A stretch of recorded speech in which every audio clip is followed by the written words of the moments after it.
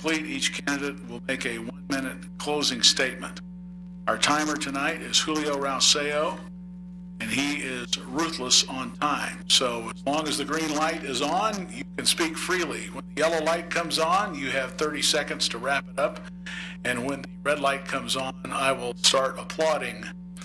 So watch our light box there, watch our timer, and please don't feel like just because you're a candidate, you have to use all 3 minutes. If you can say it in less, please do so. And now to begin our round of questioning, please welcome Cody Beers. All right, we'll start off from the left to right. So, Mr. LaVoie, you'll get to answer the question first. Our first question: Riverton City Council unanimously adopted the community's master plan in 2009. The new master plan builds on the public input and ideas generated as part of the community assessment process completed in 2007.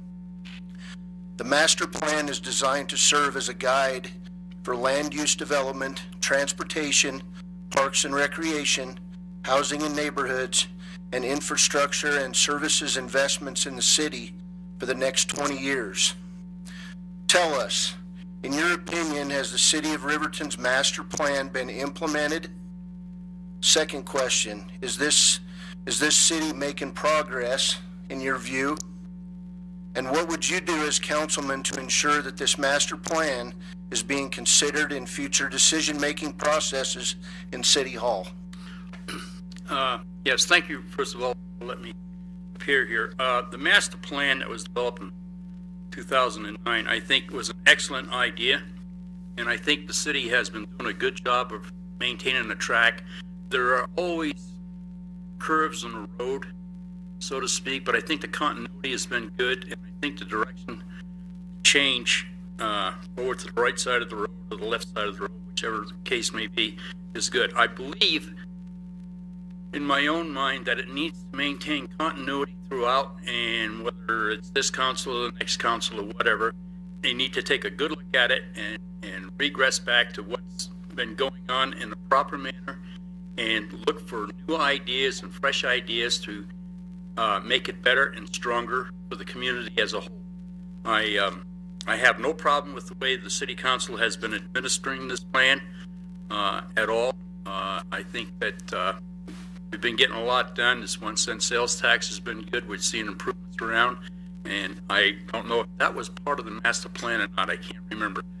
But on the other hand, I'm not involved with all the intricacies that goes on within the city council. I'm not privy to a lot of stuff, right? I just know what I read in the paper and hear in the news. But I have no objections to what the city has been doing and the managers that have been performing their tasks.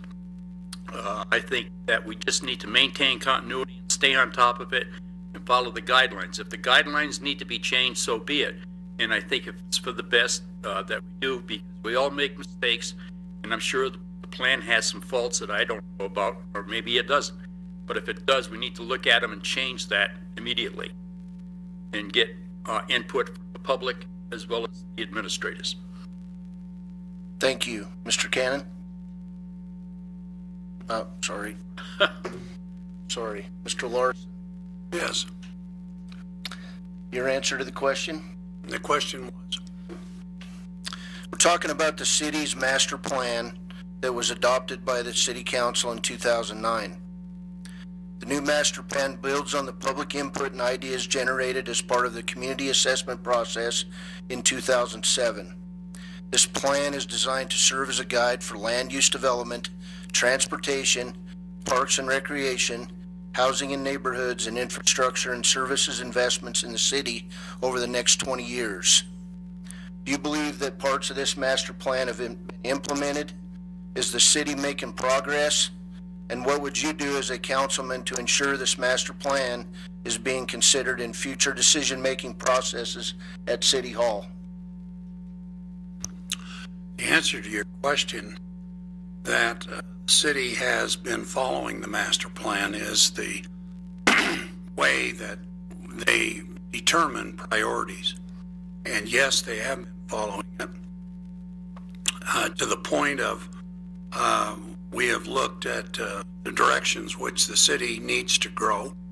We've looked at our services, whether we're providing adequate services, garbage, water, streets. With that master plan, we've realized that the infrastructure of cities was falling down, and so the election of the 1 cent provided great benefit, especially in my area. Geez, the roads haven't looked better. The curbs haven't been repaired better. We've got handicap access. All of that has come from planning, and you know, the mayor's kind of a stickler, and we tried to sneak some purchases through, but the mayor just, he's this is for this is for that, and consequently we've stayed on course, and because of that we have seen the progress that we've had. We've had modifications to the 2009 up to 2014, and probably you've read recently where we're looking at purchasing additional land for commercial development beyond Walmart, and that's because that's the only way we can grow. And growth comes, we get more revenue, we're able to do more for the city, keep our roads up, keep the sewer plant going, and the fresh water flowing, and that has been the master plan. And as a councilman, I voted on that, and I think we will continue to modify and change. When I moved here in '85, it was a lot different. There were 4,000 houses for sale, and now there's not that many. Thank you. Thank you. Our second question, Mr. Larson will have the opportunity to answer first. The city of Riverton is a major employer in the city. The city has approximately 115 employees in the administration department, community development department, police department, and public services department combined. First, what would you tell prospective employees of the city or elsewhere that would convince young families to move to Riverton? And then the second part of this question, using the Riverton Police Department as an example, give us your views on employee retention and recruitment and how that might be enhanced in the future. Boy, it's 115 people. I think I've been to 4 or 5 retirements. All of them have gone full length. The retention of employees with the city of Riverton has been spectacular. There's not a day that we don't see. In fact, last Monday, it was Tuesday, we had an instructive evening by the dispatch showing the 1985 to 2014 with different screens, the police, and the care that they put into dispatch. They played us several recordings, one of a shooting at one of the theaters. They played a second one of a arrest out of Walmart, and I would have to say that people moving to Riverton find it that this community is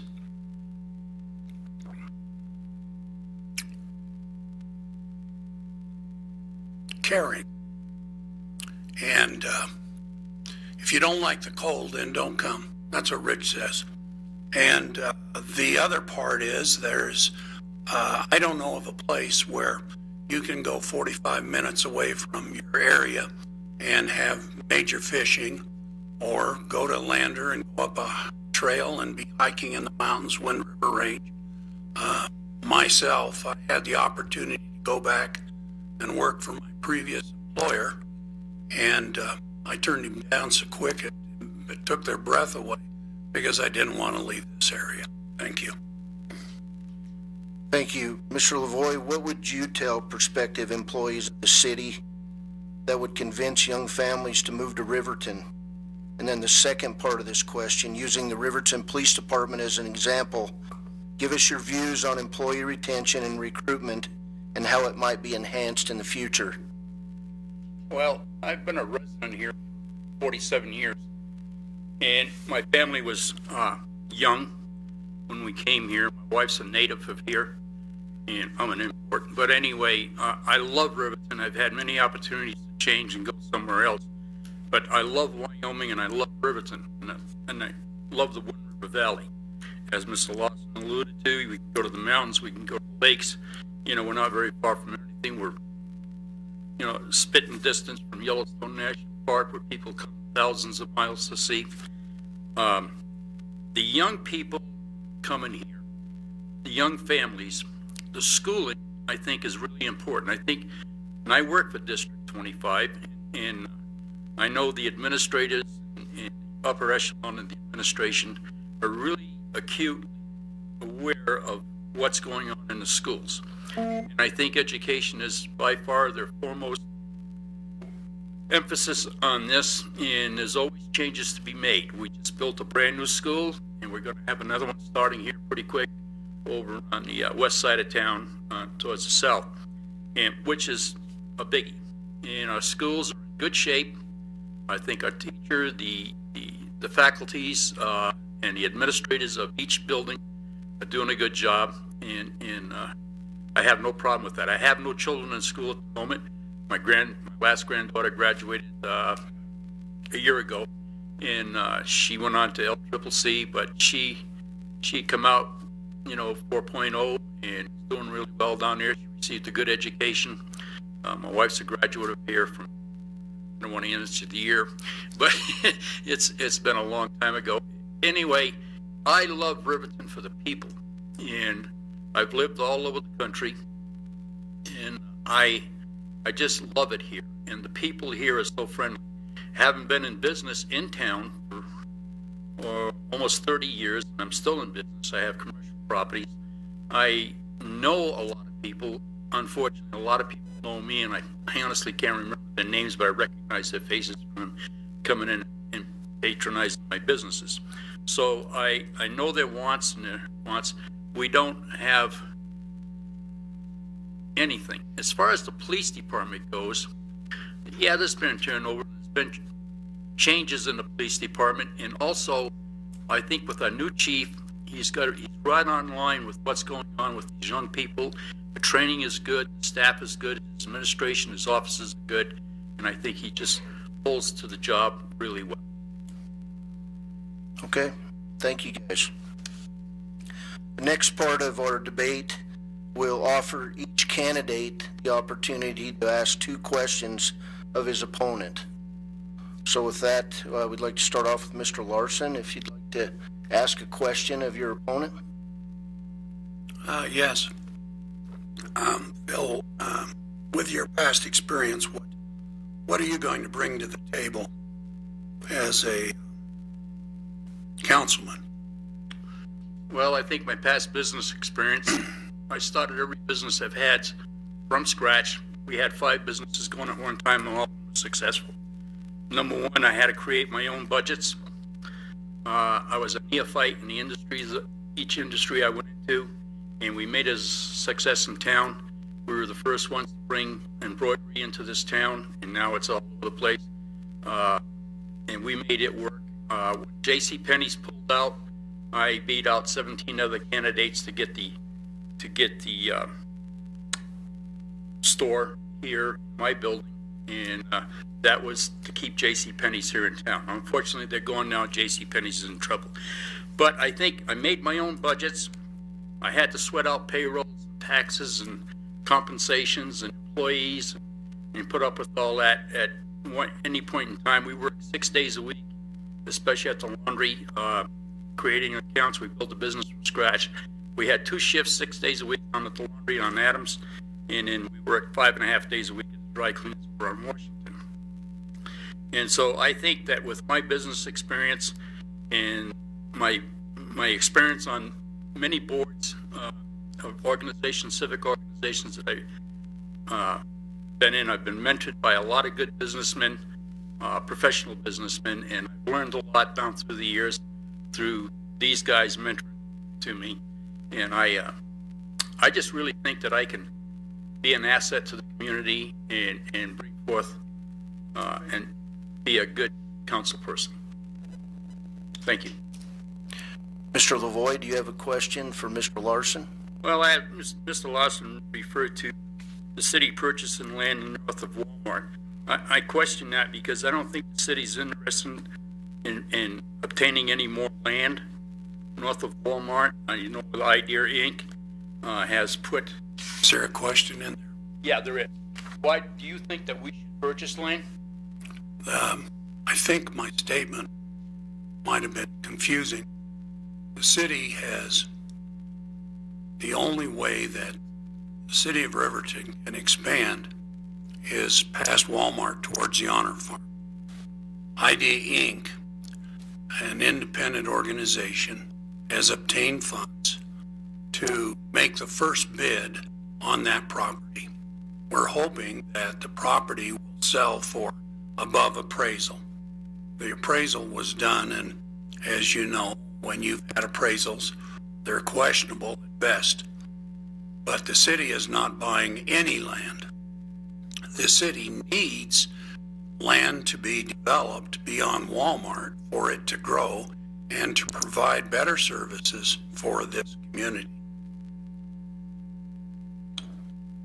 Mr. Larson, would you like to ask another question of Mr. LaVoie?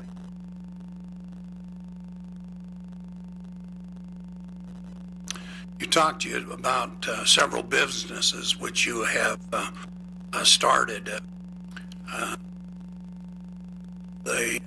Have you ever been in difficulty with the EPA on discharge of any cleaning solutions of your cleaners? Yeah. And let me qualify that. Yeah, they found chemicals on the back on the alley, and that was not part of me. That was proven to come from another source. That was clear back on the alley, my building was to the front, and I had nothing at all to do with that. It cost me $20,000 to prove that out of my own pocket. And minuscule amount that's there was at one time 5 dry cleaners in that area, 3 of them on that side of the street. And so when they found all that stuff, it just happened to be, in that area. And so it was rather minuscule. But I'm free and clear of it. Thank you. Thank you. Thank you both for your questions. Now each candidate, I will tell you up front that in error, I missed the 2-minute opening statement because I was bringing both of you a sheet of the format. So I apologize for that. So what we're going to do is allow you to make a 2-minute closing statement each, if you'd like to do that. And we'll start off with incumbent Councilman Kyle Larson. Thank you. To sum up my skills and love of Riverton, I applied for the position when my neighbor had moved out of the area. And the reason I did was I felt that in the past there had been too much urinal politics. And one of my most front forward is to act in the best interests, not in my interests, but the best interest of the people that surround my area and live in my district. Secondly, to provide leadership, and whether it might be outspoken at some times, but to provide leadership in directions which sometimes is facing adversity. And thirdly, I feel that Riverton is a place that could grow and be dynamic, and the future is bright, and I want to be part of it. Thank you. Thank you. Mr. LaVoie? Yes, I too submitted my name in the hat when Mr. Larson was appointed by the city council. And the reason why I did it was I hadn't even thought about it. I had neighbors come to me, and then I got numerous phone calls asking me to put my name in. And so I did, and Mr. Larson went out, fair and square. And then I got a letter from Miss Julie Free saying that I was a write-in candidate, much to my surprise. And so then a few minutes later, I got a call from a friend of mine, an executive, and she said, "You are going to run, aren't you?" And I said, "Well, I don't know. I'll have to talk to Marilyn." I said, I just read the letter a few minutes ago. She knew about it. And then anyway, people started calling. My neighbors came over again and said they wanted me to run. Well, after talking it over with my wife, who has health issues, and we decided, yeah, I would give it a shot just for the competition. But I do want to be a councilman because I figure I can offer something to the community. I have a lot invested in this community in time through my civic duties, through Rotary and YMOPA, the airstrip out north, and a whole host of things that I've been involved in on the board of the Chamber of Commerce, and Idea Inc. I was one of the first investors in that when it first started. And so I think that I can, with my experience and my knowledge of the people, I think that I can contribute greatly to the community. And it would be an honor to serve. Thank you, and thank you to both candidates. We're going to take a 1-minute break as we switch to Ward 2. We'll be right back on the Wind River Radio Network.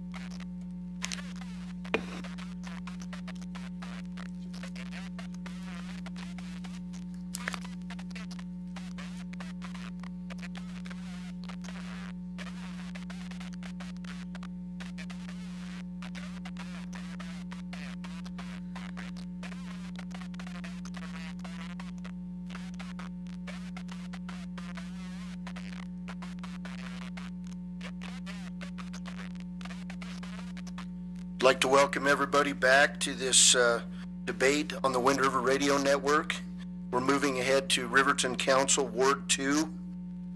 The two people running have both served on the Riverton Council before. We've got Mrs. Sarah Kalbach and Mr. Lee Martinez.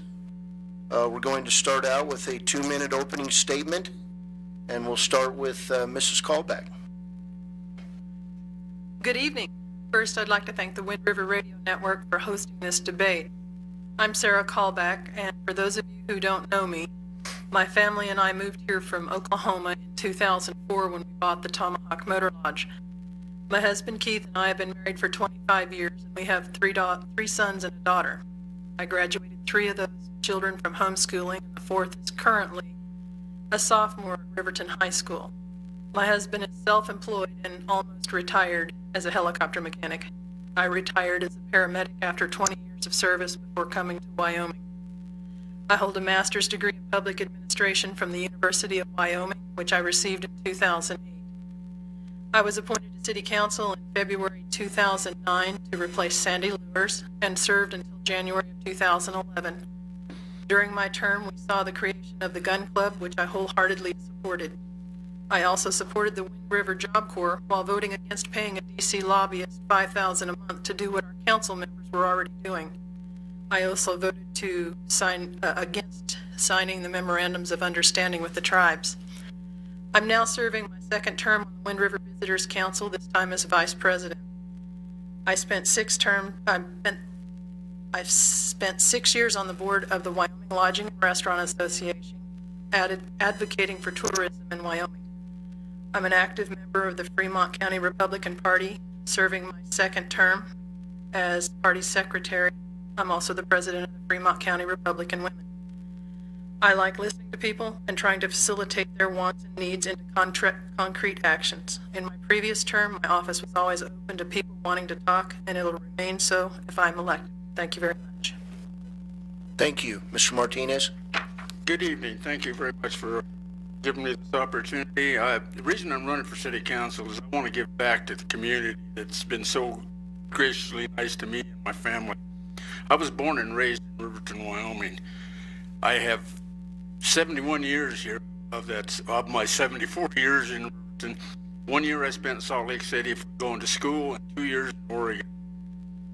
I have the experience of serving for 8 years on the city council. I've served for 9 years on the planning commission. I served 3 years on the Fremont County Solid Waste Board. I have 12 years serving on the Fremont County School District number 25 Recreation Board as president.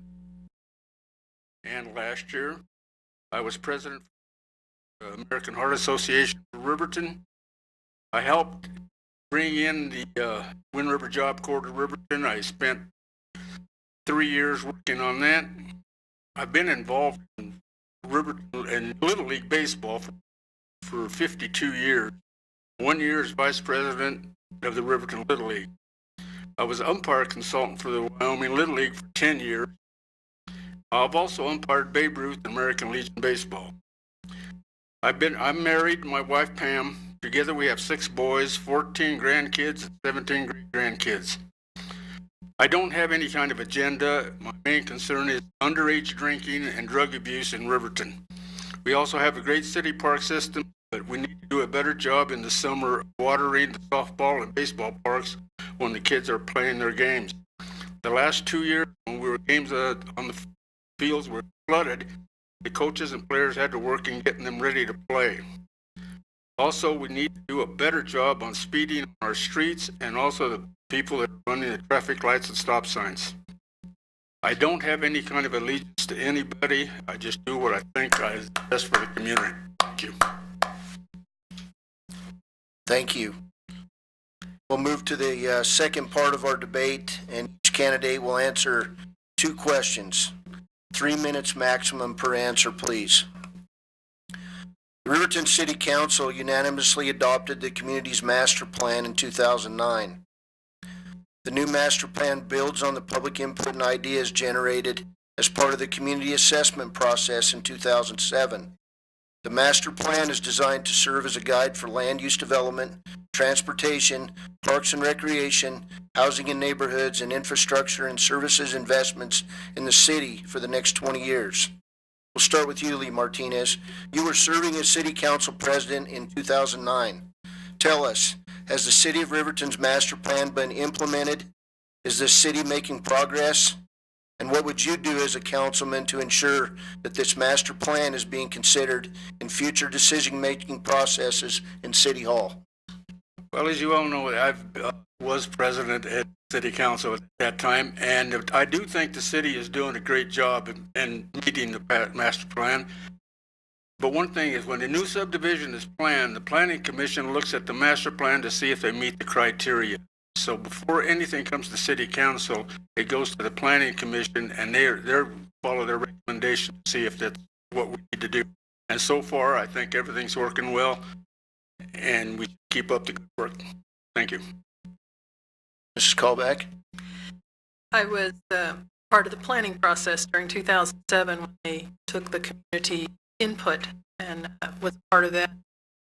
As far as holding to the zoning, I think we're doing very well. It's improved. They've really worked in the airport area, watched the zoning through town.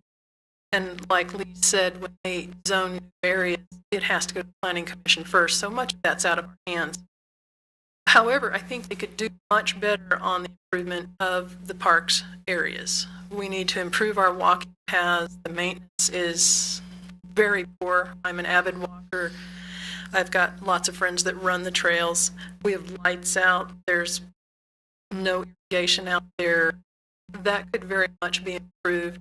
Our parks are somewhat improving with the Central Wyoming Skateboard People showing such an interest in City Park. But that would be my one area of concern, is that the parks and the trails need to be improved and to continue their improvement. They're watching everything else pretty closely, and that's kind of fallen through the cracks. Thank you. We'll start with you, Mrs. Kalbach, on question 2. The city of Riverton is a major employer in the city. The city has approximately 115 employees in the administration department, community development department, police department, and public services department combined. First, what would you tell prospective employees of the city or elsewhere that would convince young families to move to Riverton?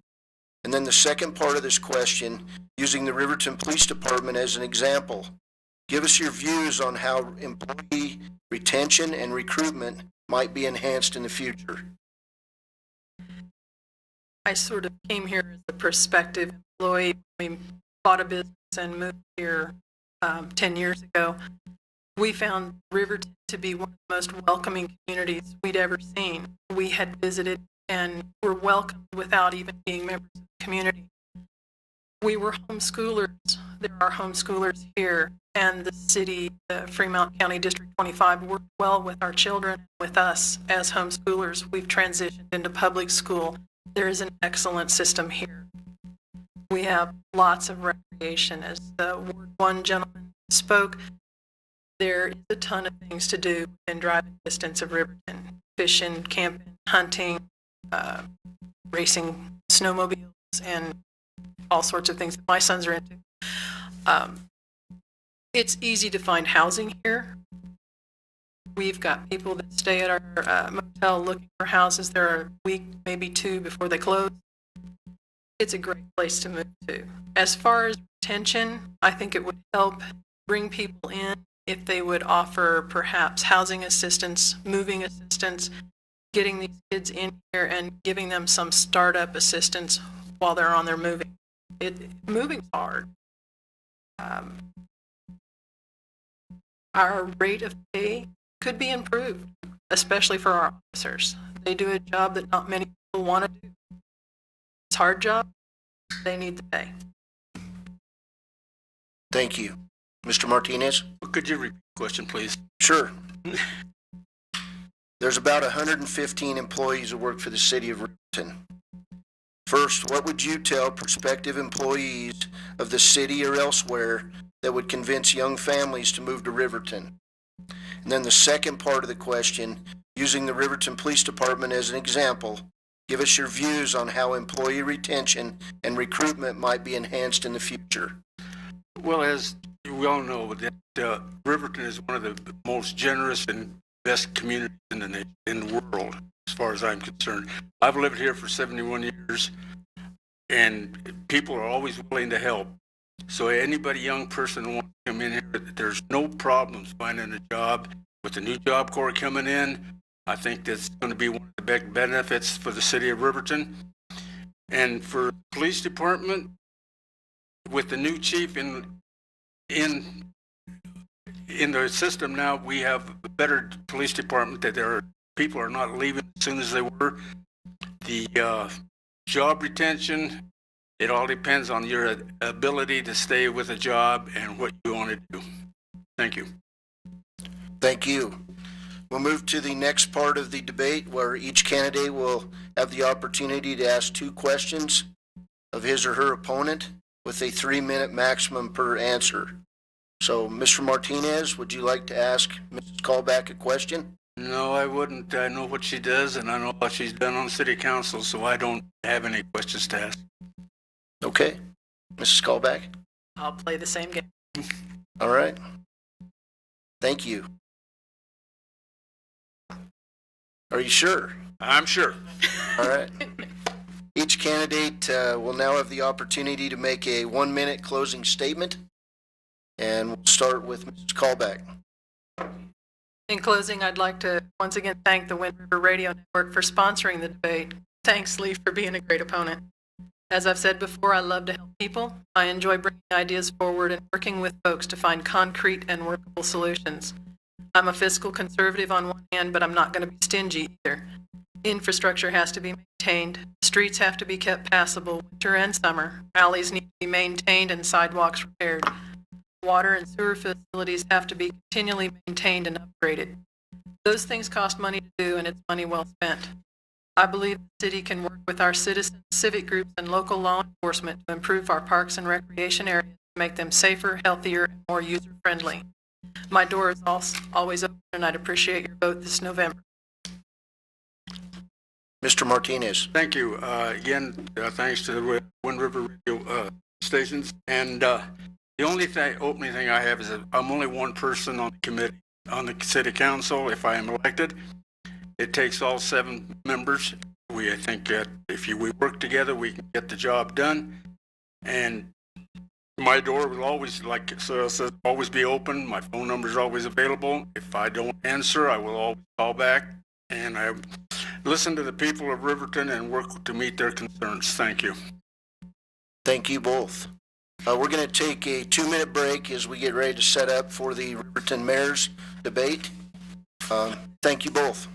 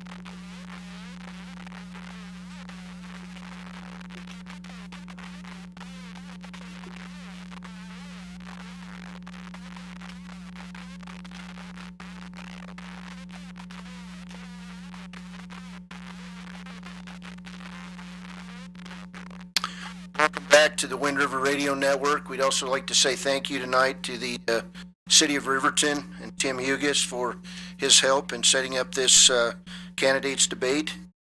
We're going to move on for the race for mayor. And as we get started with Mr. Rich Gard, Mr. Lars Baker, we're going to offer each candidate the opportunity to make a 2-minute opening statement. And we'll start with the challenger, Lars Baker. Thank you for the opportunity to speak. I have been a resident of Riverton since 1975, and I have been able to raise my family here, 6 kids. They all went to school in the Riverton school system, and went to Central Wyoming College. And the community has been good to me, provided me with a good start for my family. I can think of one day when I arrived here in town with a trailer house with, it had 8 tires on it and 6 of them were flat. And it was parked on the corner, which is now the Sundown Hotel. And in order to get that thing set up, I needed some support. I went to Martin Lumber Company, and they opened an account and sold me all the stuff that I needed. I didn't have enough money in my pocket to rub two dimes together. And they just took me at my word and opened an account for me and said, welcome to Riverton.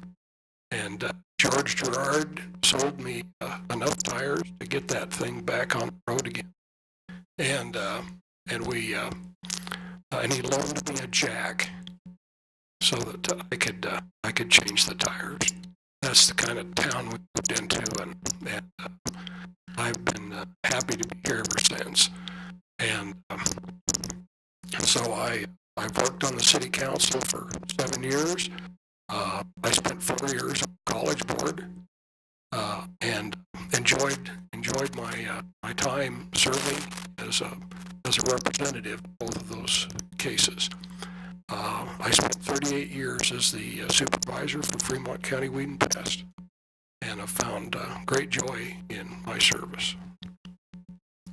Thank you. Mr. Gard? Thank you. I'd like to thank the radio station for hosting this event and for the opportunity to speak to the public this evening. I've been in Riverton most of my life, 55 years in the city of Riverton. And I greatly appreciate the opportunity that I've been given in Riverton. I'm a graduate of high school, and I did slip away to college, and I think I married the cutest girl at college, and that was the whole idea going to college for me. And I was grateful for that opportunity. We came back home to Riverton and went into business with my family, and have been in the business world 40 years here in Riverton. I'm grateful for the opportunity to serve on the city council. I found great joy in assisting and helping people with their problems. The city is a responsive group of people, and the thing that we lack is clear communication. And when we get that communication to those city employees, they are very quick to respond and to do what is good for the citizens of Riverton. Over my years of living in Riverton, I've had the opportunity to work through all of the recreational activities, through soccer, through baseball, through all those opportunities that have come our way. And one of the most enjoyable things I do is run into an old individual that I coached or coached with, and Riverton has given me those opportunities. And so with that opportunity, I find it an enjoyable experience to, when people ring my phone, to go out of my way to try to serve their needs. And I appreciate this opportunity and look forward to that. Thank you. Thank you. The next section of our debate has each candidate answering 2 questions with a 3-minute maximum per answer from the moderator. First question, and we'll start with Mr. Gard.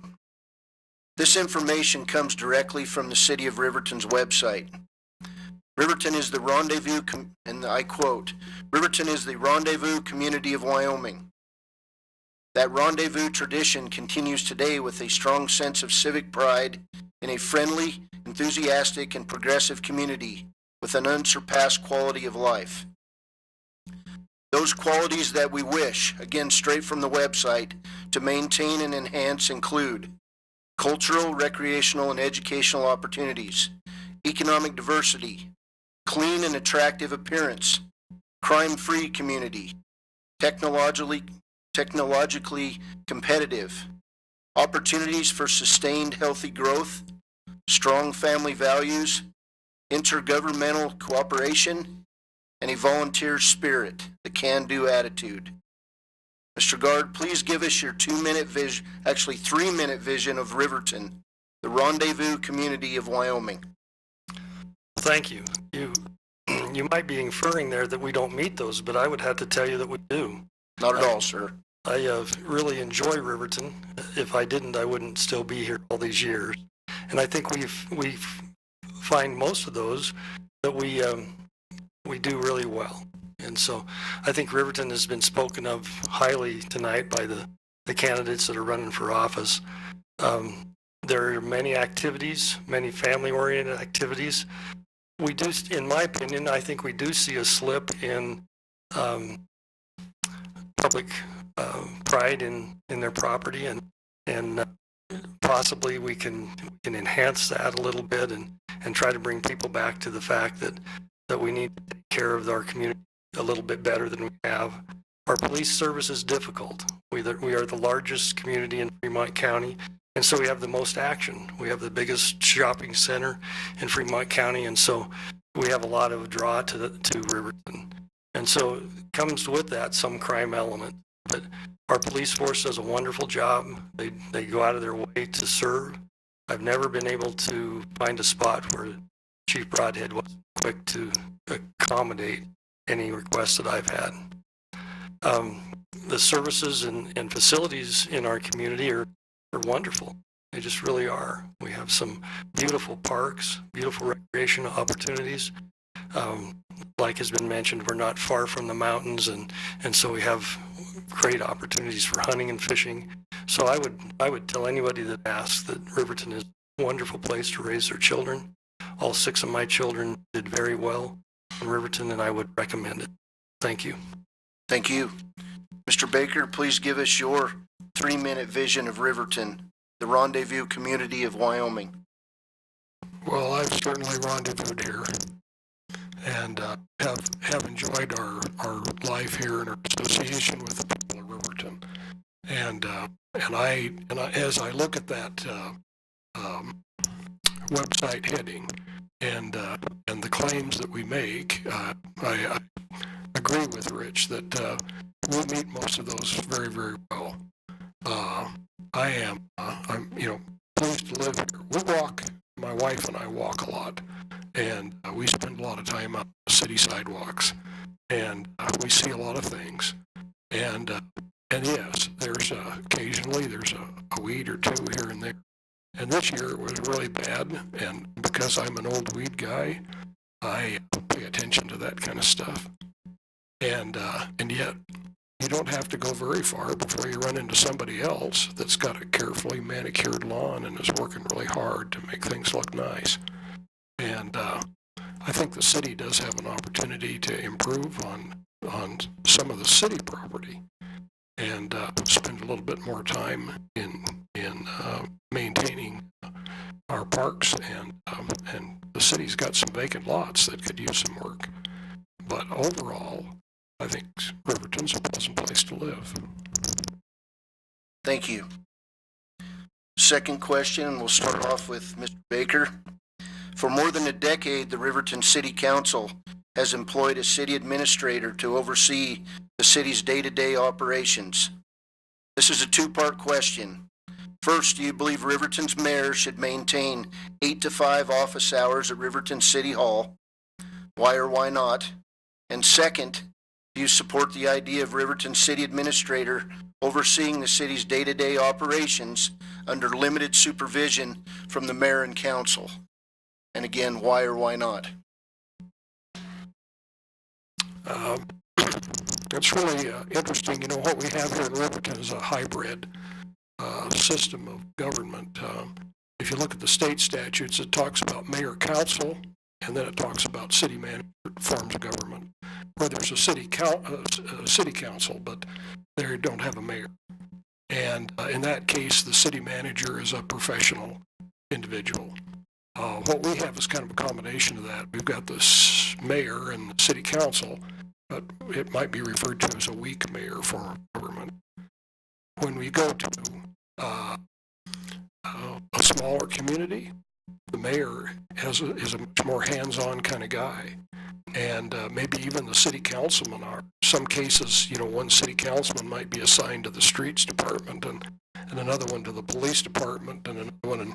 And so basically, you know, in the middle of the night when the water line breaks, you've got a city councilman standing out there who doesn't know anything about fixing the street, trying to direct traffic.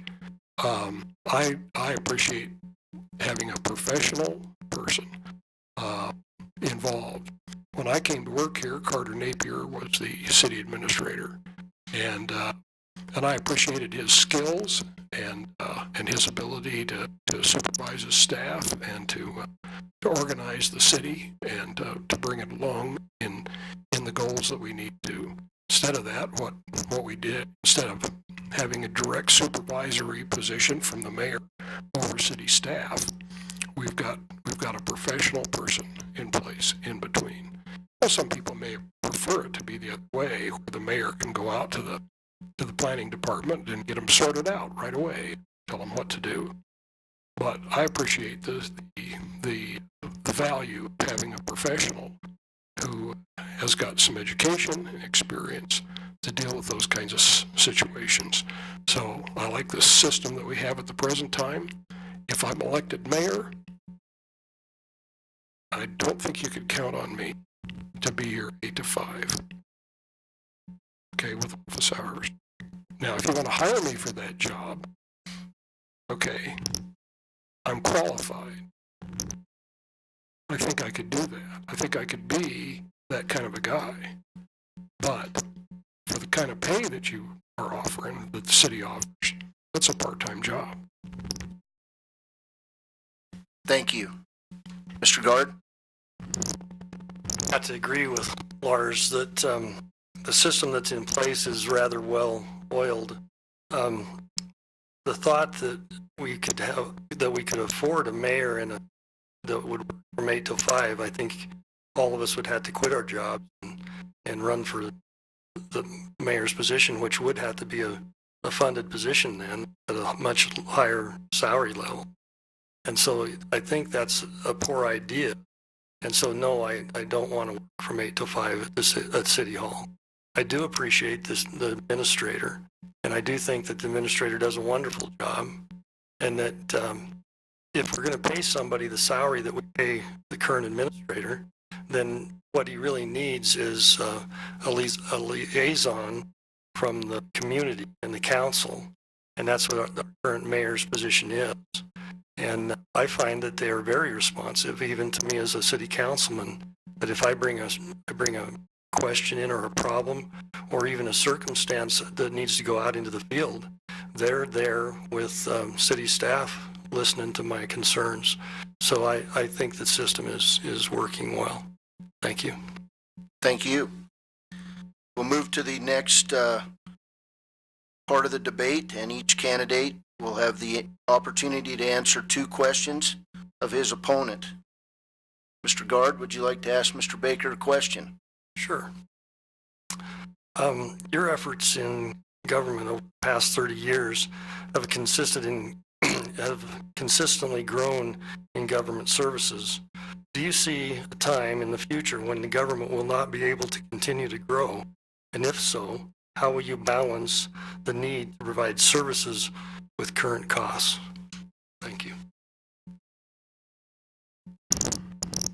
It's interesting to watch that. If I had come to work, when I came to work here in 1975 for Fremont County Weed and Pest, we had 2 permanent employees and a part-time secretary. And if you'd asked me at that time if we would grow to an organization of 20 permanent employees, I couldn't have imagined that. I absolutely couldn't have imagined that. And yet government does grow, but it grows very incrementally, and it grows in response to community request. And so sometimes it's difficult to fulfill those responsibilities. Sometimes the people ask us to do things we simply can't do.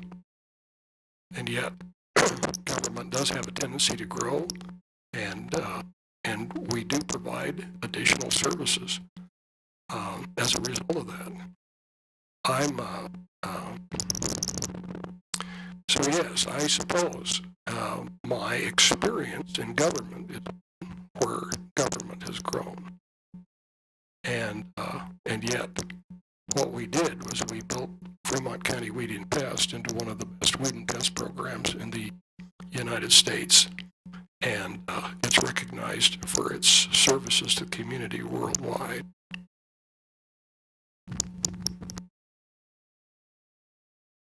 Thank you. Mr. Baker, you have now the opportunity to ask a question of Mr. Gard.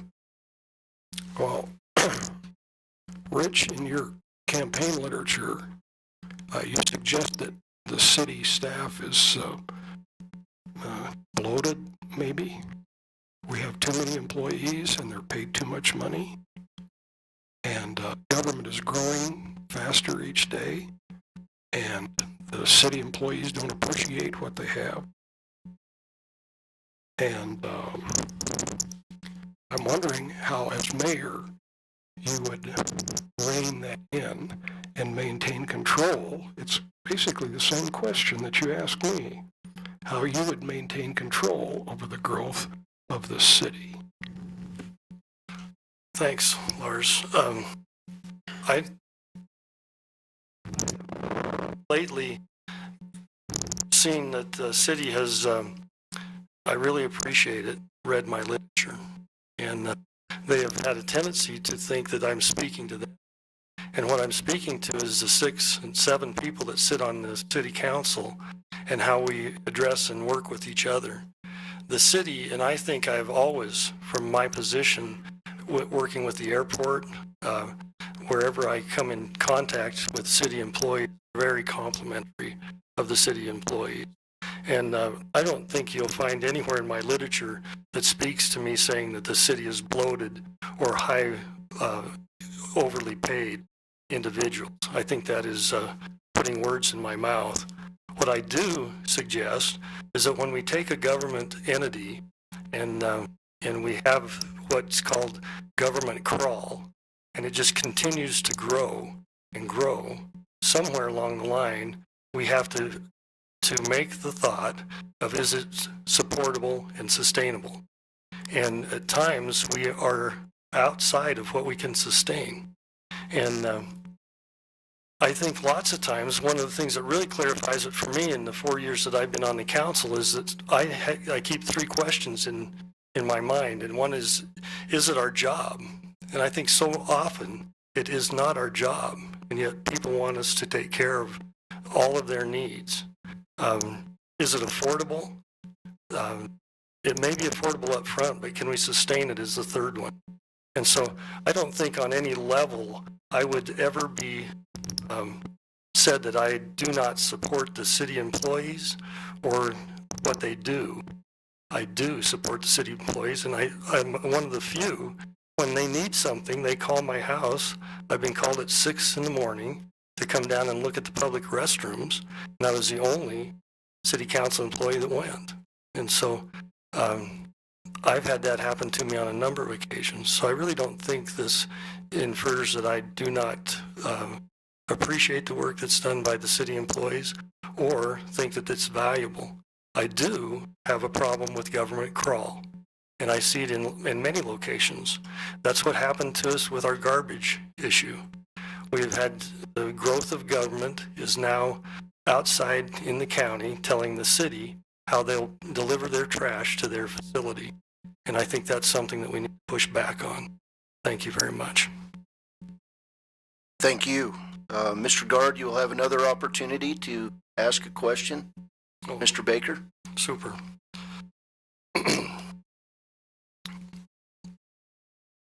After voting to buy a site considered contaminated by the DEQ at 422 East Main for a cost I believe we have in it about $88,000 with the purchase of the property, and bad breath or something there. With the purchase of the property and the demolition of the building, we have $88,000 invested there. Not a wise purchase to be sitting on for over 2 years. In addition, you voted to make that into a green space, which the estimates that were given to us for a green space and the pictures sit on the wall here in City Hall exceed $300,000, giving no concern with the additional cost of mowing and grooming that facility. With that funds, we get 1 men's bathroom and 1 women's bathroom and 2 small shelters. I would be interested to have you explain your vote on that subject. Thank you. Yeah, I think you misunderstood my vote. At the time that we were discussing that, there was a question as to whether or not we should sell that piece of property or turn it into a park. And I didn't feel at the time that we had the option to sell it because of the contamination that was there on the ground. We instead had an opportunity to clean that piece of ground up through some brownfield money in DEQ to the point where that piece of property could have a clean bill of health. And then we would be in a position to do whatever we wanted to with that particular piece of property. There were three options that the DEQ kind of suggested to us. One is that if it was seriously contaminated, they might have to dig a great big hole there. Okay, and clean it up that way. Possibly the contamination had gone away by now, and so there's no problem. Or maybe the contamination was still at a low level, and they would continue to monitor the site. Well, it could be that what they would come back to with us is that that would not be a suitable place to build. Under those circumstances, I don't think that we would be able to sell that property for anything. And there, maybe using it as a park or a parking lot would be the highest and best use for that piece of ground that was contaminated. On the other hand, if the DEQ comes back and gives us a clean bill of health on that, and we can now sell that, and future buyers no longer have that hanging over their heads, then it will be worth far more than the money that we have invested in it, and we could sell it. But at the time that we made that vote, the decision was whether or not to sell that outright. I didn't think that that was the appropriate direction to go. Thank you. Mr. Baker, you now have an opportunity to ask one more question of your opponent, Mr. Gard. Boy, I had a really good one. Well, I stepped through that portal.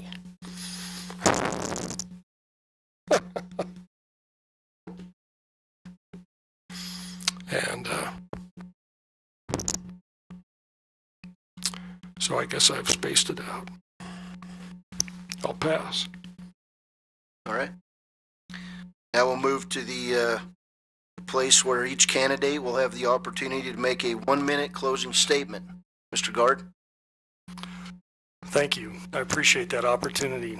I think we must be responsible for the votes that we would take. And I'm proud of the votes that I've made on the city council. I did not vote. I was the only member that did not vote to buy the lot on Main Street. It was presented to us that we would be out of the line of ownership. On the night that we bought the lot, it was explained to us that we would be. And so I think with all of those things said, it comes back to what we do and how we do vote. And we are responsible for how we vote. And I appreciate the opportunity to vote. I look forward to being mayor of Riverton and the many opportunities that it will bring to the Riverton people and for the opportunity to help Riverton grow. Thank you. Mr. Baker, 1-minute closing statement.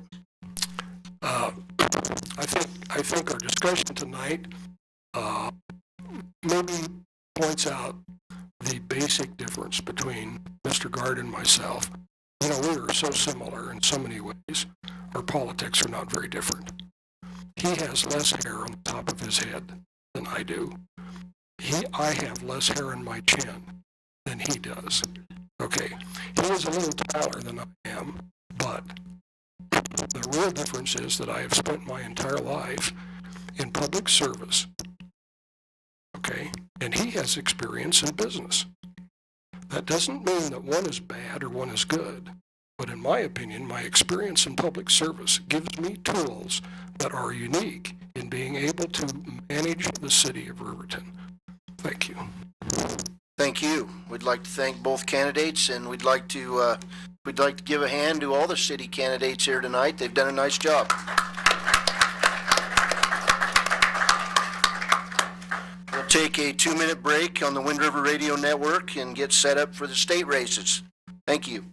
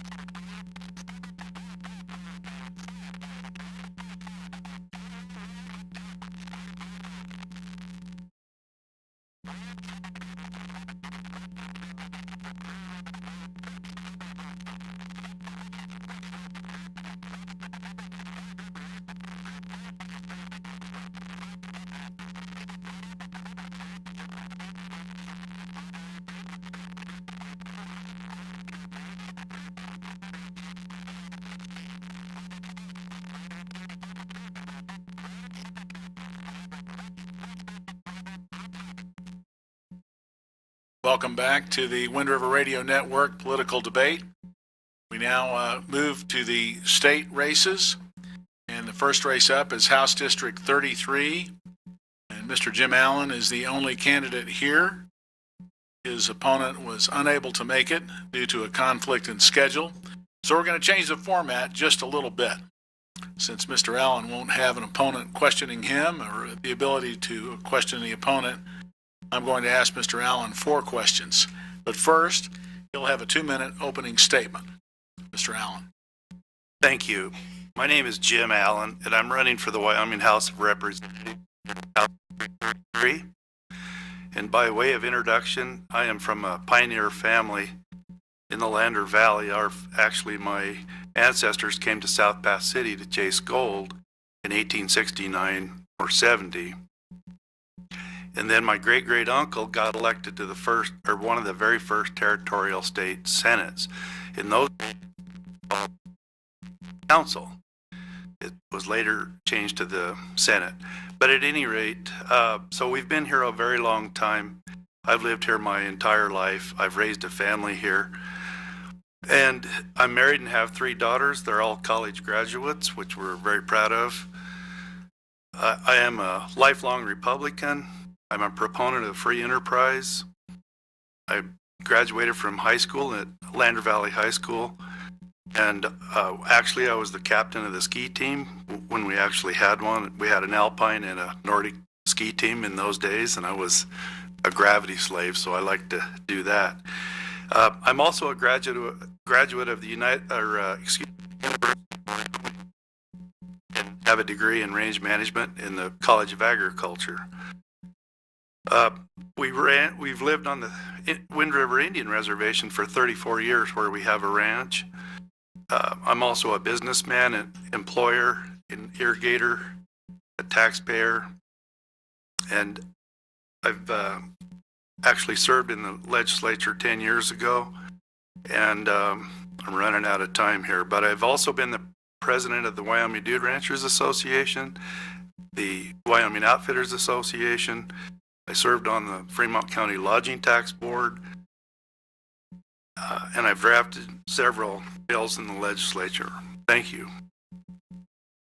All right, Mr. Allen, your first question is, what is the biggest challenge Wyoming faces in the next 2 years? One of the recurring challenges that we face as a state is to balance our budget, which is thankfully a constitutional amendment and mandate. But still, with the decline of coal because of the stricter EPA standards, we really face the possibility of not being able to pay all of our debts. So that's a regulatory hurdle that we face imposed on us by the executive branch, EPA. And so that is why the state is litigating that as we speak. So that's one of the challenges that we face is to pay our bills and then to continue to fund all the programs and pay all the employees that we have working for the state now and in the future. We always have the education challenge to make sure that our children are well educated. And then one of the challenges that I see is to make sure that we protect people's civil liberties that are enshrined in the Constitution, both the Wyoming Constitution and the United States Constitution. Thank you. All right, you mentioned education as being a challenge. What is your position on the Common Core state standards? Education of our children really should be done at the local level. And that's how it was set up in the beginning. That's why we have school boards. And the Common Core standards those are coming from somewhere else, and that worries me. There needs to be local input into the development of the curriculum. Those decisions should be made at the local level by local people for the education of their children, not from some other faraway place without input from local people. Thank you. If you're elected, how will the Republican Party platform inform your voting record on the floor of the House? Greatly, but I will never make a vote, and I've had experience doing this before when I served in the legislature, but every vote that I make always has to be made against a backdrop of, is it constitutional? And then, is it fair? Does it serve the best interest of the people in my district? But it will always be against that backdrop also, as I said, of the Republican platform. And the reason for that is because I believe that the Republican platform gives the individual the most liberty, the most opportunity, and the most dignity of any other platform. And that's why I'm a lifelong Republican.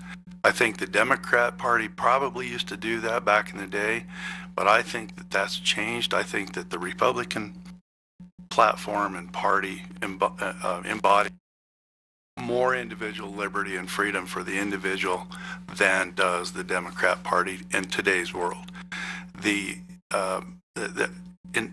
Nowadays, I would say that the Democrat Party probably advocates more government, and more government usually decreases individual liberty.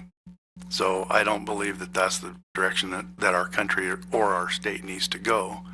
So therefore, I'm a Republican, and I follow those platforms as much as I can.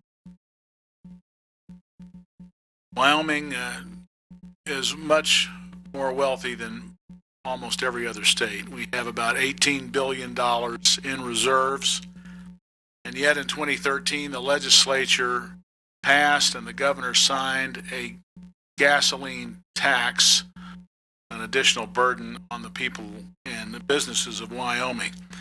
If a bill were to come forth in the 2015 legislature and you were elected, and this bill were to repeal the gas tax, would you vote for or against the bill to repeal the gas tax? I would vote for the repeal. I would not have voted for the tax increase 2 years ago. And as this is kind of interesting, as a matter of fact, after I served in the legislature, I guest spoke at the, or lectured, I guess you'd say, taught at the Lander Valley High School government class. And we now in today's classrooms, they have smart boards. And you can put a bill up there, and that's what I would do in the government class. I would teach these kids how the legislative process works. We would put that bill up there, and I would always use the gas tax bill because there's been recurring increase proposals over the years, and let those kids work the bill and then vote. And every year, every class all day long would vote against it. So if the high school kids get it, I'm not sure. I think that's indicative of the way we should go. But anyway, one more thing on the surplus. Those surpluses are there for a very wise reason, and that is our mineral resources, where most of that money is derived, are a finite resource. And so what we've done is we've taken that money out, or excuse me, those mineral resources and that mineral wealth out of the ground and sold it, and taken the severance taxes and put that in a compounding, dividend-paying, interest-bearing portfolio. And the whole point of that is for that resource to continue to grow to fund future needs for the state of Wyoming when those resources run out.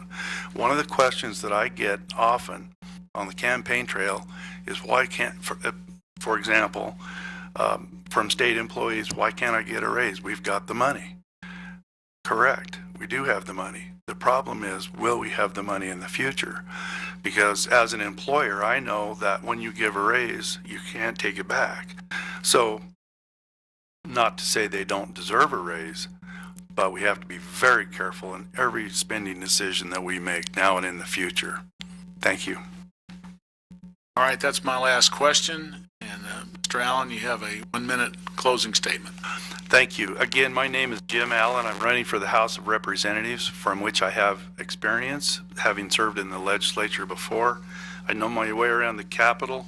But as Senator Enzi said the other day, if you want to know what a man will do in the future, judge him by what he's done in the past. And what I've done in the past is built a business with my wife from nothing to a business that we employ people, we pay taxes, we spend a lot of money in town. And I'm a member of the NRA. I'm a staunch supporter of all of our civil liberties, especially the Second Amendment. I'm a member of several groups, including the Lander Valley Sportsmen, the Wyoming Stock Growers Association, the Lander Chamber of Commerce. And if I get elected, I will serve every resident of our very diverse district equally and fairly, regardless of community or culture or political affiliation. So thank you for this opportunity, and I appreciate it. All right, thank you. We'll take a 1-minute break here to get ready for the next two candidates. Gentlemen, if you head this way.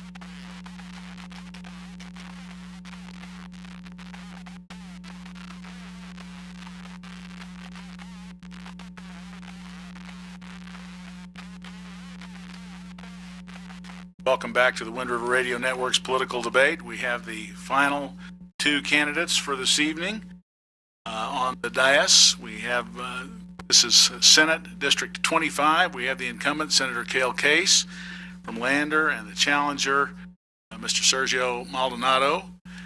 And he is a Democrat. Mr. Case is a Republican.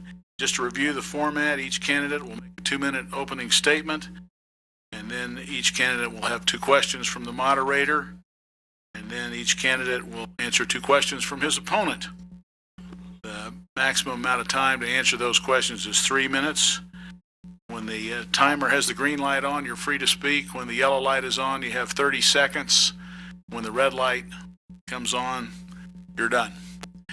And then at the end, each candidate will have an opportunity to make a 1-minute closing statement. So, Mr. Maldonado, since you're the challenger, I'd invite you to make your opening statement first. Good evening to each and every one of you. My name is Sergio Maldonado Sr. I'm a member of the Northern Arapaho tribe, member of the Democratic Party. I was born and raised here in this area. Spent my life here, but I also grew up in Tucson, Arizona, which afforded me a very multicultural perspective on life. A bachelor's from Brigham Young University, master's from Arizona State University, and all coursework done in justice studies from ASU. I believe I'm qualified for this position simply because I bring a whole boatload of experience. I served as an advisor to President Herbert Walker Bush for 3 years on Indian education. Got to learn how things really work at the DC level, but unfortunately they sometimes don't filter down to the state level. Academically, I'm prepared. Professionally, I'm prepared. I've been in the classroom for quite a while. Certainly value the notion of education for everybody. As a member of this community, I believe it's time, and I certainly have these kind of credentials, for a greater open dialogue, for a diverse, if not a culturally diverse, take on how things can be done, could be done at the legislative level in Wyoming, but more importantly, representing all the people of District 25, which is up to Crowheart, Burris, the reservation community, and Lander. I'm really excited about the potential here, but on a final note, I know that I am the best candidate for this position. Thank you. Mr. Case. Thank you very much, and I'd like to thank you for sponsoring the debate and thank the city of Riverton for having this forum. It's a great pleasure.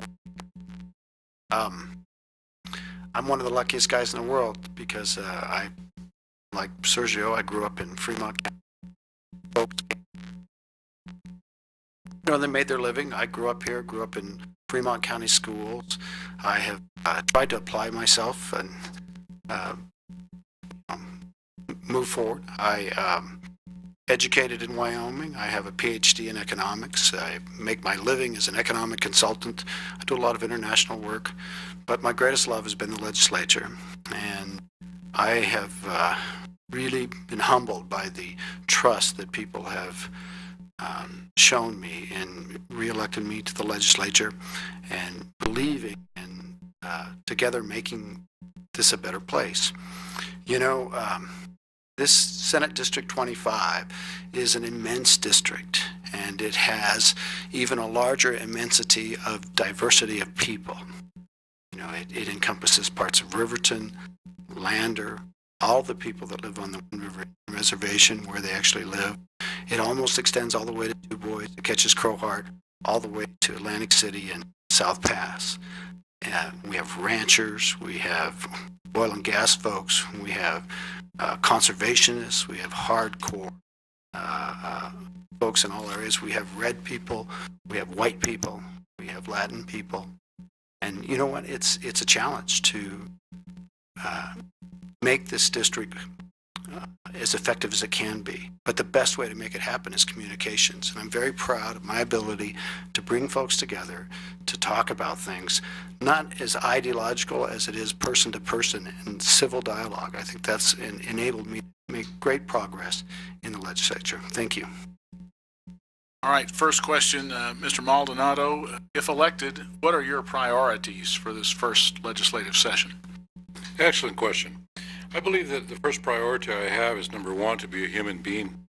As Mr. Case has indicated, we've got a diverse population. And before we are male, female, Republican, Democrat, Northern Arapaho, or Show Rap, or whatever, we're human beings. And I think it's very important that as a representative of this community, that we stress that notion, as ideological and altruistic as it is. But each and every one of us have desires, wants, concerns, not only for ourselves, but children and grandchildren. So the first priority would be to acknowledge just the diversity within our community.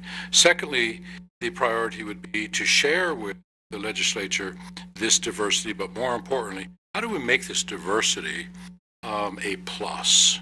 How do we make this diversity how do we create change from this diversity? I believe that through communicating with people on a regular, ongoing basis, this is going to happen. The notion of transparency, not only here in the state of Wyoming, but across the country, is all too often on the back burner. And I believe that American citizens, as well as citizens of Wyoming, and within the District of 25, they want to hear more from what the representatives are saying, doing, but more importantly, when they make that vote, is it inclusive of who they are and what they are about? But more importantly, is it a vote that is going to be not only legitimate, but is it going to be beneficial for the future? Wyoming is radically changing. People have to acknowledge that. My son, who's 16, moved over from Seattle, and he made mention about we were going through Pavilion and how little the population is. And I says, this is Wyoming. This is what makes Wyoming unique and special. He's coming from an environment that has millions of people sitting on the bench lines, watching the ball players. He says, hey, Pops, they got 3 men on the side. I go, that's the team. I says they play back and forth. So he was really caught off guard with some of that. But the point being is that Wyoming is special. Wyoming is unique. We have a diverse population, but more importantly, a very diverse economy. And this is something that has to be considered. With respect to a third priority, I believe that we have to start looking down the road. Yes, we have $18 billion in a rainy day fund, and other things need to be brought up. But I also look at the education of our citizenry. Highest paid teachers, wonderful people, wonderful students. What more can we do? I'll say about that much. All right, thank you. Mr. Case, what are your priorities if you're returned to office in January? You know, my priorities really don't change. I'm a very principled person. I believe in a government that is constitutionally framed. I believe that our government must respect the Wyoming Constitution and the Constitution of the United States. We have to do a good job for the people. We have to tackle serious problems that we have. One would be education. Education is, an enormous challenge, and we are not getting the results that we spend money on in education. We need to do a better job to help our students to do better in this world. Transportation funding. You mentioned the gas tax earlier. I didn't support the gas tax either, but we have to figure out a key way to sustainably fund government. And everybody talks about a rainy day account of $18 billion. There is not a rainy day account of $18 billion. $18 billion is all the funds that Wyoming has, including people's pensions and self-funded insurance. And, a small amount of that is indeed available statutorily for spending, and we could dip into it. But it's very important as a priority that our government is sustainable. We don't do everything that people think we should do. We do things that need to be done and that are constitutional. Creating, a principled, liberty-friendly, sustainable government as we go forward is one of my constant priorities. And if you communicate to people about that, that resonates across all people. People understand that government can't do anything, and that the true, success of our institution comes from the private sector and people applying themselves, taking risks, and growing their businesses. This is the true source of wealth in Wyoming. It's the source of success, and in terms of the challenges with respect to the Wind River Indian Reservation, they're always on my mind and helping. That's why I chair the State Committee on Tribal Relations. I'm the Senate Chairman, and I've worked very hard to bridge gaps between tribal governments and the state of Wyoming. I'll continue to do so. That'll always be a priority. No one has achieved more than my committee has achieved on its watch. And I'm very proud of the services that we now offer to the folks on the Wind River Indian Reservation that they deserve as citizens of Wyoming that weren't offered before, but have become about because of the work of the Tribal Relations Committee. All right, thank you. Mr. Maldonado, the state of Wyoming has more government employees per capita of any state in the nation. In your view, is the government of Wyoming too large, about right, or too small? And what would you do to change it, if anything? Well, I think the first thing that we need to consider is, are the number of employees in direct proportion to the number of population that we serve? Secondly, in a very simple cost-benefit analysis, the services that they're providing, is it benefiting the citizens of Wyoming? I think that's what we have to keep in mind as an overarching mindset. Secondly, the amount of dollars that we put in to run our government, I don't have the specifics here, but I would like to think that we are getting the social colloquial term is, are we getting the best bang for our dollar? That's what's important. It's always painful when you see people, whether they're blue collar, white collar, professional, or whatever, they give it their best and they're still struggling in an economy that is struggling in and of itself. I know, working at Central Wyoming College, I know students who are holding one or two jobs and still going to school. That's a concern. So the question in itself has several variables attached to it. The jobs that they're working, let's say at the state level, is it meeting even an acceptable minimal requirement that they can facilitate a good life? Secondly, do people become complacent in jobs? What kind of annual, semi-annual evaluations are we doing to make sure that the person is still fit for their job? Let me move into just directly into education. Our educational system, teachers are paid wonderful here in Wyoming. There's just no question about it. They're wonderful teachers, administrators, and yet the score year in, year out, I've been home now for 8 years, always spent my summers here, don't bear out that we're getting a good bang for the dollar. Something is amiss, but we can't blame the teachers. What I think that we have to look at, and I think that Brother Case would certainly concur with this, we're now looking at the dynamics of just the whole social scenario of America and Wyoming. So that's how I would look at it. But coming back to your question, I would like to think that our state employees are given the best with the dollar that they're provided. Is there room for a pay increase? I don't know that yet. But, when elected, we'll find out. All right, Mr. Case, I think you're pretty familiar with the question, but is government in Wyoming too large, too small, or about right? And what would you do to change it if you think it's too large or too small? We have a lot of challenges in Wyoming in providing government. We have immense distances. We have many places, of course, in the country have this many people crammed into 10 square miles, and we've got 100,000 square miles. So that is a challenge. But I do look at those numbers, and I come back in my heart. I know that, government is not supposed to do everything. It's not about a cost-benefit test to see if something makes sense for government to do. Because if you do everything that makes sense in the short run with the cost-benefit test, government grows so large and you're doing so many things that then you begin to realize that you've actually crowded out the private sector. And Wyoming has a small ratio of private sector to government sector. It's one of the worst states in the country for that, and I think that's of great significance. We need to pay attention to it. I have resisted the growth in state government. I have not voted for a budget in several years. And the reason is I've found the increases to be kind of unacceptable.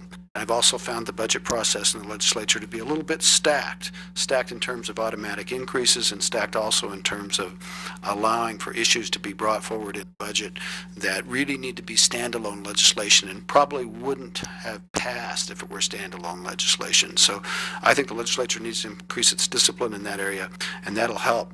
But the fact that government has more than doubled in the past decade, I find very significant, and we need to pay attention to these things. My salary hasn't more than doubled in the past decade. I'm happy for people that have had that happen, but listen, government has to grow in line and be sustainable in the long run. We have challenges about having a government that we can hold together. For example, you're aware of how the mineral industry is under attack from largely from EPA rulings and federal government. We've got to pay attention to that. Coal is a significant contributor to our budget. If coal's money is not there, and it's especially significant in building new schools, then we're going to have to find some other way to fund those schools, and we will be unhappy that we have allowed government to grow so far and so fast. So lots of times you don't realize how you've let things get out of hand until you compare to other states or compare, really to some baselines. So I think the state of Wyoming needs to do a better job. Frankly, I think legislators need to follow my example and hold the line on the state budget. All right, we'll move to the portion now where each candidate can answer questions from his opponent. Again, 3-minute maximum per answer. Mr. Maldonado, do you have a question for Senator Case? Sure. I know Mr. Case has been on board for quite a while. How well do you know the Wind River community with respect to the politics, government, but more importantly, the people? Well, Mr. Maldonado, I'm not a native person, but I've grown up here, and I have wonderful friends on the Wind River Reservation. I've tried to work with native governments at all levels.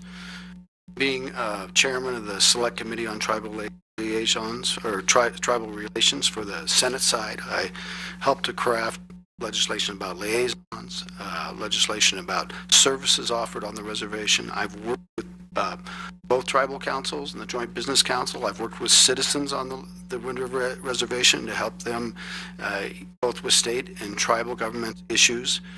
You know, I didn't grow up native. I can never say that. I'm an open-minded person. I very much like the people in my district. I'm humbled that they trust me. Even when, you know, here's the challenge, is like, I'm not native, but by not being native in Cheyenne, I might be able to help my native friends here even better because, you know, I'm a member of the majority party. I'm a committee chairman. I have open communication, and I've learned my way around. And I can use my office and the respect that I've garnered in that office to do good things. I'm very proud of the things that we've accomplished on the reservation. Funding for St. Stephen's School, funding for water systems. Transportation is being approached in a new way. I don't claim to do all that, but we are making huge strides. The state no longer provides Department of Family services on the reservation. That's, you know, the legislature's come a long way. If you look at the state services provided on the Wind River Indian Reservation and say, you know, we provide schools, we provide family services, we provide transportation services. These are all things that doesn't happen on all reservations. I'm very proud because these are citizens of the state of Wyoming and deserving of the benefits of citizenship.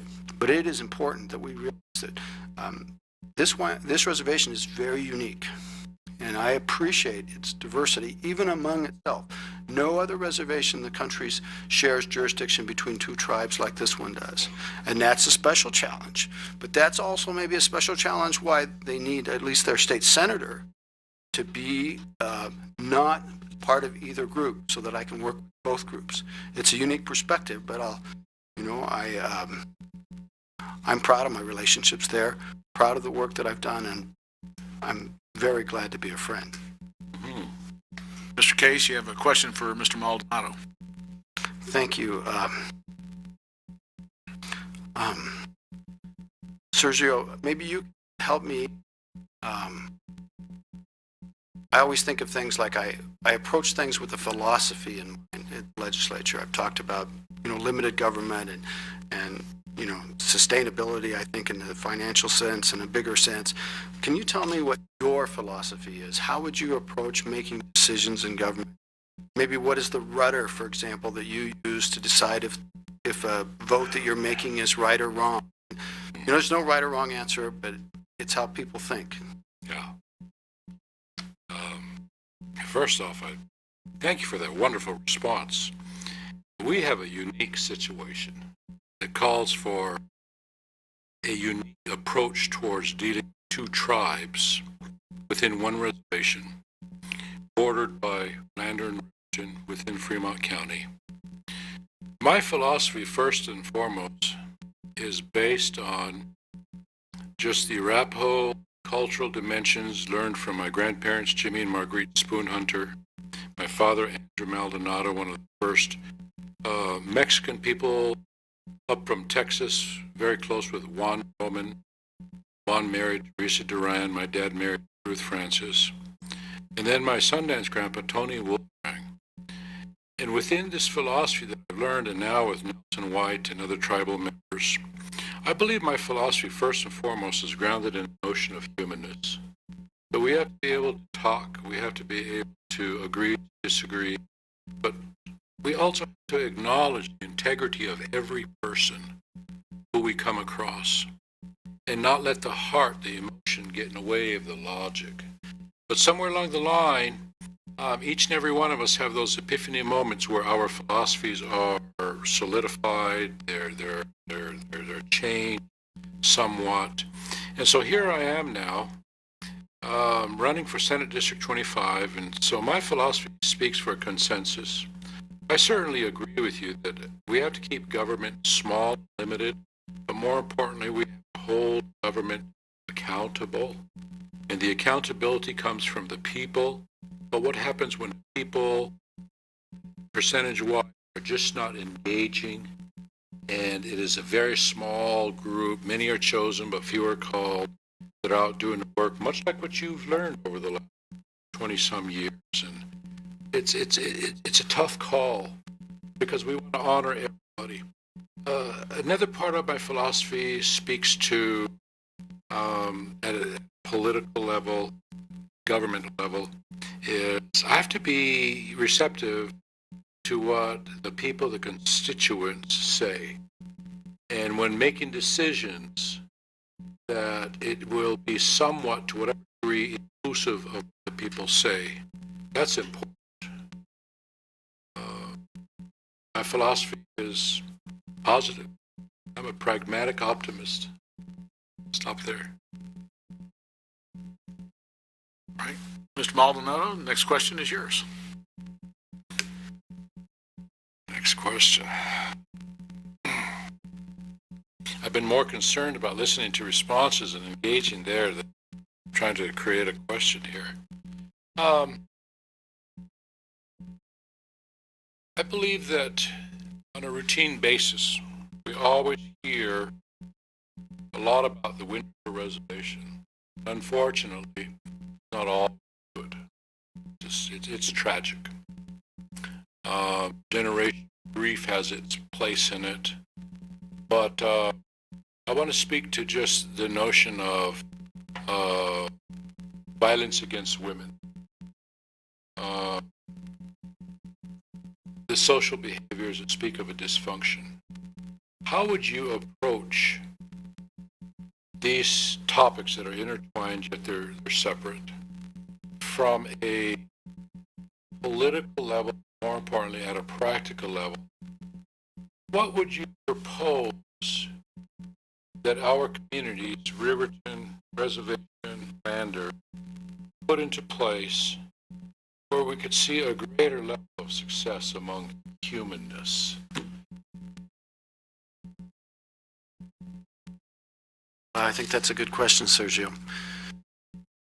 You know, we don't have very good social indicators at every level in Fremont County. It seems to start very, very early. It's not just about Native people on the reservation. It's throughout our county. You know, we have unacceptable levels of alcohol abuse, other drugs. We have many children that they have no one that's making them responsible to go to schools. We have some of the highest truancy rates in the state in some of our schools in Fremont County, some of them on the reservation. Children are seeing things at home that shape their lives, and they're not. This is just an amazing challenge. Domestic violence is horrific. It's and it's not just a thing about reservation. It's all of Fremont County, all the state of Wyoming, frankly.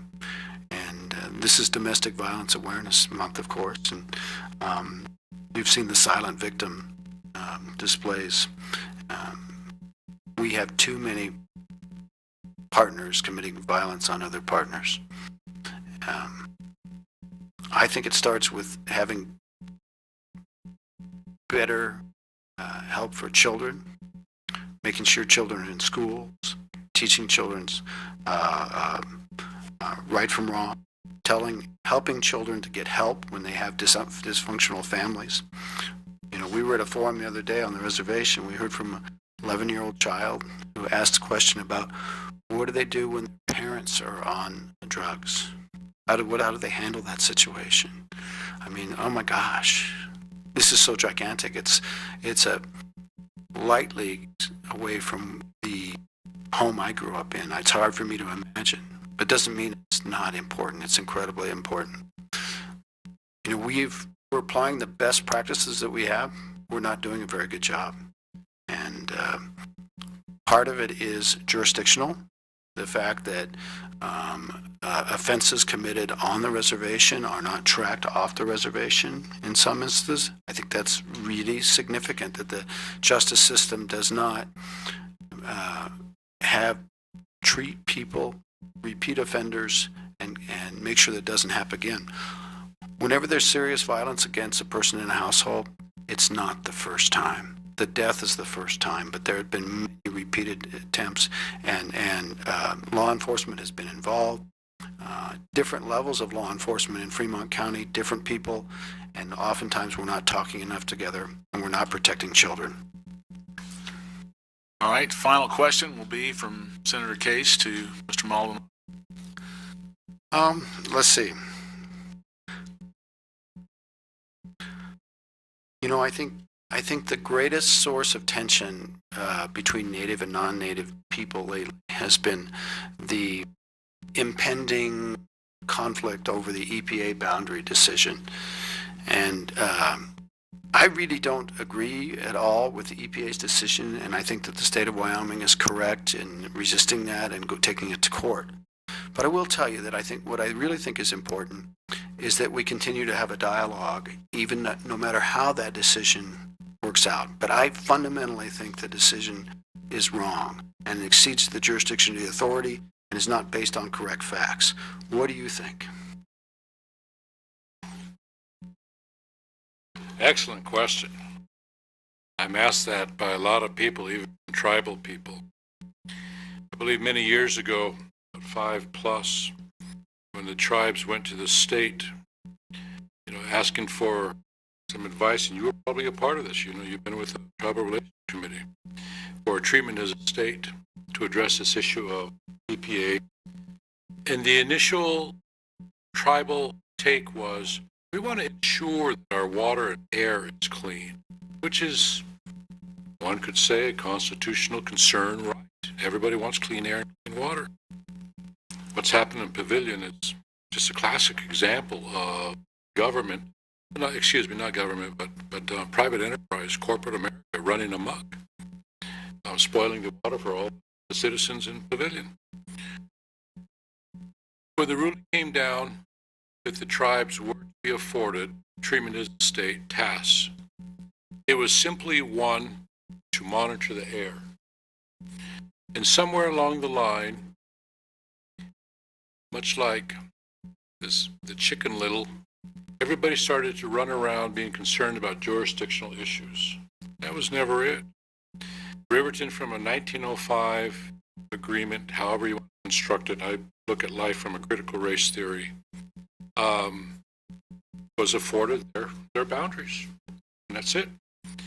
The tribes never intended to consume, to take over Riverton. But when you look at the big map, as it's always been known, that boundary's on the other side, east. So the notion of Riverton within the interior boundaries surfaced. It is. But I like what you said. We're now at a time in government, especially in Wyoming, because we're small enough to still find consensus, but we're precariously close enough to letting this consensus run amok to the detriment of people. We must continue to dialogue, communicate. And I remember the January 5th and 6th meeting in Fort Washington. You were there. And the governor brought his lawyers, put these two big stacks of law books there, and they're gunning for bear. And when I had opportunity to speak, I says, before we even legislate, we should be communicating. Before we even think of going litigious, granted America is a litigious nation, we should be finding some consensus. No, it didn't go that way at all. We need to start thinking about right now.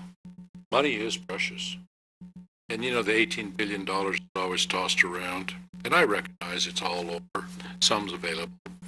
But before we start filing lawsuits and running away with money, we better come back to some common sense principles of communication, consensus, and what's best for the people. this EPA decision, I believe it'll unfold. And hopefully everything's going to work out for everyone. All right, now it's time for closing statements of 1 minute each. Mr. Case? Thank you very much.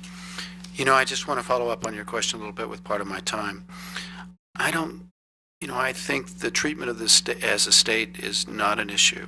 It's the issue of the setting of the boundaries with respect to Riverton and extending the boundaries from 1905.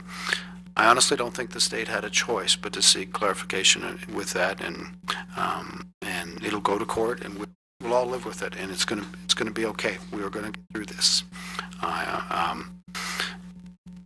In closing on my arguments here, I just want to say first, it's been a great pleasure to run with you, Sergio. You're a fine man, a man of honor, and I've enjoyed. Our friendship has grown through this, and I appreciate it. I'm proud to be serving again. I'm very proud to enjoy the endorsement of the NRA with an A+ rating. I'm very proud to be supported, to have the highest rating from the Wyoming Liberty Group, and the endorsement of the stock growers. I look forward to continuing to serve. I thank everyone for the trust they've shown me. Thank you. Mr. Maldonado? I'm looking forward to what the cosmos unfolds. I know that I'm qualified for this position. I like the way Steve Peck characterized me a while back. He called me the erudite Sergio Maldonado, the erudite candidate who is vying against Brother Case here.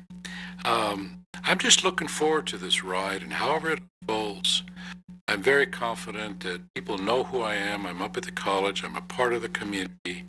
And yes, we've got work to do.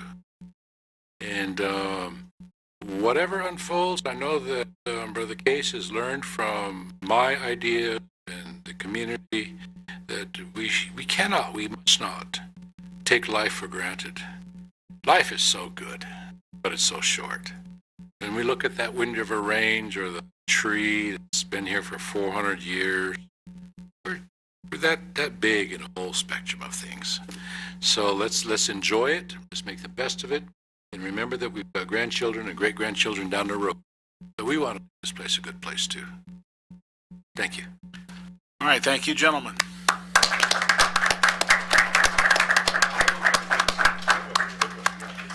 All right, that concludes our debate this evening. We hope you've enjoyed it. We hope you've learned where the candidates stand on the various issues. Be sure to go to the polls on November 4th and cast your ballot. Be an informed voter. If you're not informed, talk to the candidates yourself, ask them the questions that are on your mind, and get informed. It's important that we not take our right to vote for granted. Thanks again for listening. This has been brought to you by the Wind River Radio Network.